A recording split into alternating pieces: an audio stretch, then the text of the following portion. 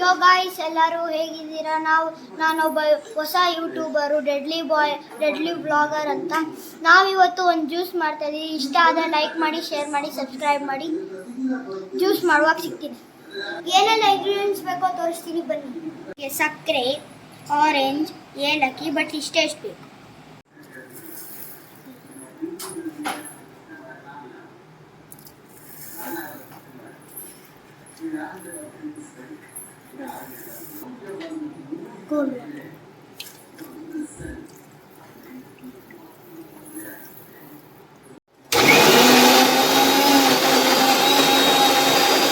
ಮತ್ತೆ ಹಾಕೇ ಇಲ್ಲ ನಾನು.